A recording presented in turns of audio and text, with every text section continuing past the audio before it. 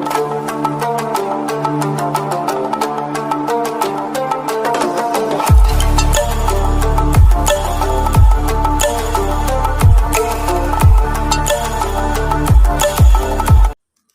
Friends and welcome back to my channel. Friends, मैं explain करने लगी हूँ ड्रामा सीरीज़ लव O2O की एपिसोड नंबर 26 को। अगर आपने इस सीरीज़ की पिछली वीडियोस को नहीं देखा तो आई सजेस्ट ज़रूर देख लें। उसका लिंक आपको डिस्क्रिप्शन बॉक्स और कमेंट सेक्शन में मिल जाएगा। एंड प्लीज़ मेरे चैनल को ज़रूर सब्सक्राइब भी कर दें। Thank you. तो गाइस, इस एपिसोड के स्टार्ट में ओल्ड मैन और फ्रेंड्स मुसाता से ट्रीट लेने के लिए खुशी खुशी डिस्कशन करते हुए मीटिंग रूम के लिए जाते हैं और फिर उन पर एक बम फूटता है कि उनकी डेमो प्रेजेंटेशन की डेट 15 दिन पीछे हो गई है। ए शुआंग को तो अंदाज़ा हो जाता है कि ये सब उसकी लीकेज की वजह से हुआ है। श्याओ ने फैंग टैंग से उसकी वजह भी पूछी थी और डेट को आगे कराने की कोशिश भी की, लेकिन फैंग टैंग कंपनी के अपने ही एक्सक्यूजेस थे और वो कहते हैं कि नेक्स्ट अवेलेबल डेट यही है। फिर वो उन्हें अपने आगे काम करने की रिलेटेड प्लानिंग करने लगता है और श्याओ सारों को टीम में डिवाइड करके उनके टास्क भी असाइन कर देता है। ए शुआंग को कुछ काम देता है लेकिन उसका माइंड तो कहीं और ही था, वो सुनता ही नहीं।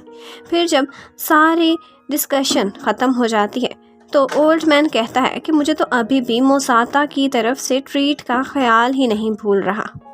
तो श्याओ कहता है कि हाँ, ये भी मीटिंग के एजेंडा में शामिल है और एक रेस्टोरेंट का नाम लेता है कि मुसाता हमें यहाँ पर ट्रीट देगा। फिर जब वो लोग बाहर आते हैं तो ओल्ड मैन वेवे को बताता है कि डेमो डेट पीछे हो गई है और श्याओ बिल्कुल इंसेन हो गया है, हमारी एक भी नहीं सुन रहा। और इतने में श्याओ आ जाता है और ओल्ड मैन डर के साइड से निकल जाता है और फिर श्याओ वेवे को कहता है कि अपार्टमेंट से उसके कुछ कपड़े और ज़रूरी सामान ले आए क्योंकि अब वो ऑफिस में ही सोया करेगा।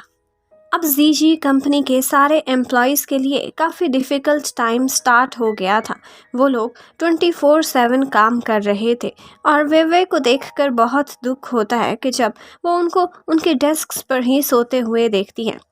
अब वो सोचती है कि अब से इन लोगों के रेस्ट और खाने की जिम्मेदारी मेरी है। और फिर श्याओ से इसी बारे में बजट पर डिस्कशन के लिए आती है तो वो उसे आगे अपना वॉलेट दे देता है और कहता है कि आज से इसकी तुम इंचार्ज हो। फिर वे जाकर मैट्रेसेस और ब्लैंकेट्स का अरेंज करती है और उनके लिए रेस्ट की जगह सेट करती है तो सारे ब्रोज खुश हो जाते हैं कि उनकी भाभी कितनी केयरिंग है।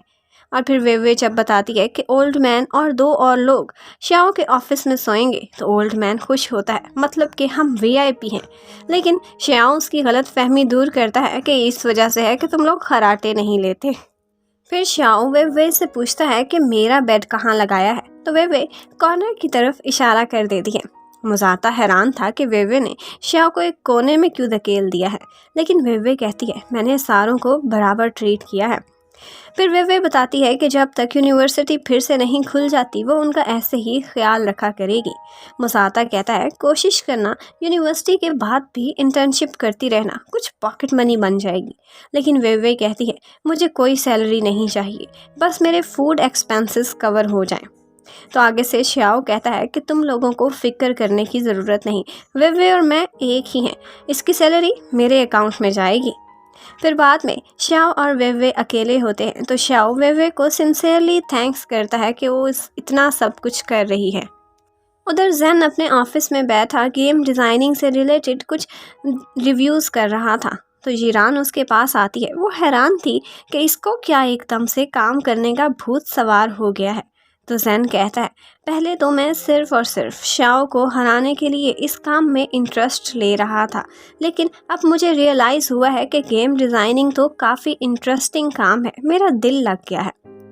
उसके बाद फिर ज़ेन उससे पूछता है कि क्या तुम्हें श्याओ की गर्लफ्रेंड का पता है कि कौन है।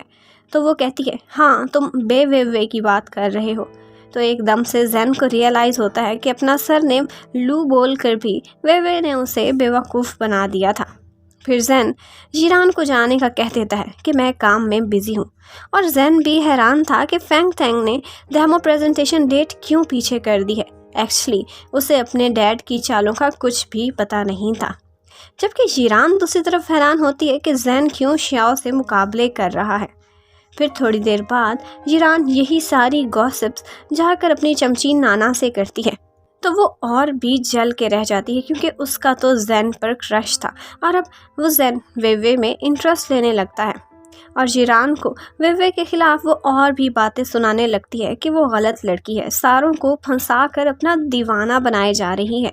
फिर उसे याद आता है कि उसने एक दफ़ा काओ को अर्शी के साथ देखा था और उसे उनकी लव ट्रायंगल की भी समझ आ जाती है।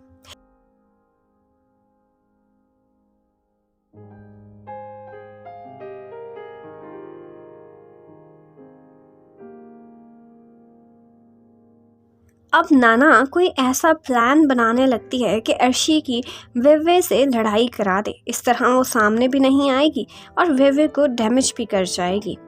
फिर नाना सीधी अर्शी के पास जाती है और उसे चिकनी चिकनी बातें लगाने लगती है और उसे अपनी नाटकबाजियों में फंसाने की कोशिश करती है कि वेवे और अर्शी की लड़ाई पर अर्शी उसे कुछ बता दे। लेकिन अर्शी बड़ी पक्की रहती है, उसे कोई भी बात शेयर नहीं करती। तो नाना उसे वेवे के खिलाफ भड़काने की कोशिश करती है कि वेवे ऐसी चालाक लोमड़ी है कि वो ना सिर्फ तुम्हारे और काओ के बीच आई बल्कि उसने ही जैन का भी ब्रेकअप कराया है। वो बहुत कोशिश करती है लेकिन अर्शी उसके जाल में नहीं फंसती और वहाँ से चली जाती है। फिर अर्शी को ख्याल आता है कि वेवे पर लोग किस तरह के बुरे बुरे घटिया इल्ज़ाम लगा रहे हैं। हालांकि उसने कभी किसी के साथ बुरा नहीं किया, ये तो मैं जानती हूँ। और अब काओ के बारे में भी वेवे की कोई गलती नहीं थी, फिर भी मैंने उसे कितना अपसेट कर दिया। वो सोचती है कि वेवे जैसी अच्छी फ्रेंड को मुझे कभी नहीं खोना चाहिए। इतने में अर्शी को काओ का मैसेज आता है और वो अपनी कैट की फ़ोटो सेंड करके अर्शी से कहता है कि इसी कैट की खातिर मुझे माफ़ कर दो। तो फाइनली अर्शी उसे कॉल कर लेती है और पूछती है कि क्या तुमने वेवे से माफ़ी मांगी है। और वो दोनों डिसाइड करते हैं कि हमारी वजह से वेवे को कितना दुख हुआ है, हम उसे ज़रूर सॉरी करेंगे। लेकिन काओ इतना शर्मिंदा था कि वेवे को फेस करने से भी डर रहा था। तो अर्शी उसे कहती है कि तुम वाकई में वेवे को काफ़ी लाइक करते हो। फिर अर्शी उसे ये भी कहती है कि किसी गलत फहमी में ना रहना, मैं तुम्हें नहीं बल्कि गेम वाले वे गुआंग को लाइक करती थी। वो मेरा ऐसा फ्रेंड था जो मुझे लाइकनेस की नज़र से देखता था और अब मैं यूनिवर्सिटी में बिल्कुल तुम्हें स्ट्रेंजर्स की तरह ही ट्रीट करूँगी। और मेरे लिए गेम वाला वे गुआंग मर चुका और काओ को मैंने माफ़ कर दिया। और इस विश के साथ फ़ोन बंद करती है कि कोई तो हो जो सच में उसे प्यार करे और उसकी लाइफ में आए। उधर ऑफिस में वे भी एक बार थक कर अपने ही डेस्क पर सो जाती है, तो श्याओ आकर उस पर ब्लैंकेट डालता है। वो देखता है कि वेवे के फ़ोन पर अर्शी की कॉल आ रही है, तो वो उठाकर उसे बताता है कि वेवे सो रही है। और अर्शी बुद्धू कह देती है कि क्या तुम्हारे साथ सो रही है। तो आगे से श्याओ एक्सप्लेन करता है ऑफिस में काम करते हुए उसे नींद आ गई है। फिर श्याओ कहता है कि तुम्हारी कॉल का सुनकर वेवे बहुत खुश होने वाली है। फिर श्याओ वेवे के फेस पर एक स्टिकी नोट लगाने लगता है, लेकिन उसी टाइम उसकी आंख खुल जाती है और वो देखकर बहुत खुश होती है कि अर्शी ने उसे कॉल की है। लेकिन श्याओ सैड होता है कि तुम दोनों की सुलह हो जाएगी, मतलब तुम अब मेरा अपार्टमेंट छोड़कर चली जाओगी। लेकिन वेवे इतनी खुश थी कि उसे कोई और परवाह नहीं थी। श्याओ उसकी खुशी देखकर आधे दिन की उसे छुट्टी भी दे देता है और वेवे जल्दी जल्दी में चली जाती है। और फिर अपने साथ वो अर्शी के लिए एक चॉकलेट केक भी लेकर जाती है, जो वो दोनों मिलकर एक ट्री के नीचे बैठकर खाते हैं। अर्शी कहती है कि मुझे बहुत अफसोस हो रहा है, मैंने कुछ दिनों से तुम्हारे साथ बहुत बुरा बर्ताव किया। तो वे मजाक करती है, इससे ज़्यादा अफसोस तो तुम्हें उस केक का हुआ होगा जो तुमने फेंक दिया था।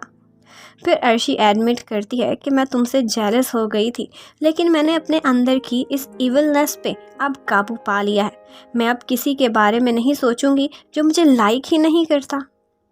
फिर अर्शी उसे तंग करती है कि तुम अब श्याओ के साथ रहती हो, क्या किस की तुम दोनों ने। तो वे कहती है कि तब से नहीं की, जब से उसके घर में रहने लगी हूँ। अर्शी खुश होती है कि मतलब पहले कर ली थी, अच्छा तो मूव इन होने के बाद इसलिए नहीं की कि आगे कंट्रोल नहीं होगा। अब अर्शी और वेवे के बीच सारा कुछ नॉर्मल हो गया था, तो वेवे अब वापस लिंग के अपार्टमेंट में मूव करने के बारे में सोचने लगती है। उधर श्याओ को के साथ कुछ सीरियस डिस्कशन में लगा हुआ था कि उसे वेवे का मैसेज मिलता है, तो वो उसे कॉल करके कहने लगता है कि तुमने मेरे घर को क्या समझा हुआ है, क्या कोई होटल है? जब दिल चाहा आ गया, जब दिल चाहा निकल गया, जब तक यूनिवर्सिटी नहीं खुलती तुम कहीं नहीं जा सकती।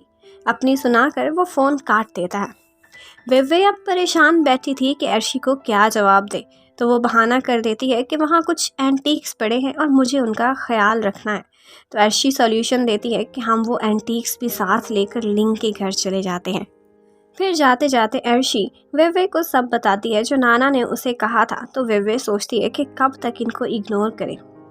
अर्शी को उन दोनों ने एक जगह खाने पर भी इनवाइट किया था। फिर अगले सीन में जिरान और नाना रेस्टोरेंट पर बैठे अर्शी के वेट में वहाँ बातें कर रहे होते हैं।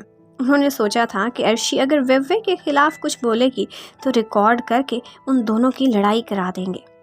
फिर अर्शी भी इतने में खुशी खुशी वहाँ पहुँच जाती है। नाना प्यार से उसे खाना ऑर्डर करने के लिए कहती है, जो कि अर्शी आगे से 4 बंदों के बराबर खाना ऑर्डर करा देती है और वो दोनों बेचारी तकल्लुफ़ में एक लफ्ज़ भी मुंह से नहीं निकालती। उसके बाद अर्शी पूरे लगन के साथ खाना खाती रहती है और वो दोनों चुड़ैलें मिलकर उसे जाल में फंसाने के लिए वेवे के खिलाफ बोलती रहती है। तो अर्शी एक दफ़ा ही कहती है कि क्या करें, अब वेवे है ही इतनी सुंदर, मेरा उससे क्या मुकाबला। तो उन दोनों को फिर से बोलने की एनर्जी मिल जाती है और अर्शी दोबारा से अपना ध्यान खाने की तरफ कर लेती है। फिर थोड़ी देर बाद कहती है कि तुम लोग क्या चाहते हो, मैं उसके खिलाफ बोलूं? तो नाना मासूम बनकर कहती है, अरे नहीं नहीं, हमें तो सिर्फ तुम्हारे लिए इंसाफ चाहिए। फिर अर्शी कहती है, अच्छा मैं खाना खा लूँ, फिर कोई प्लान बनाती हूँ इस बारे में। और उसी टाइम पर वे भी उसी रेस्टोरेंट में आ जाती है और यहीं पर ही ड्रामे की एपिसोड ख़त्म हो जाती है। Thank you for watching, good bye.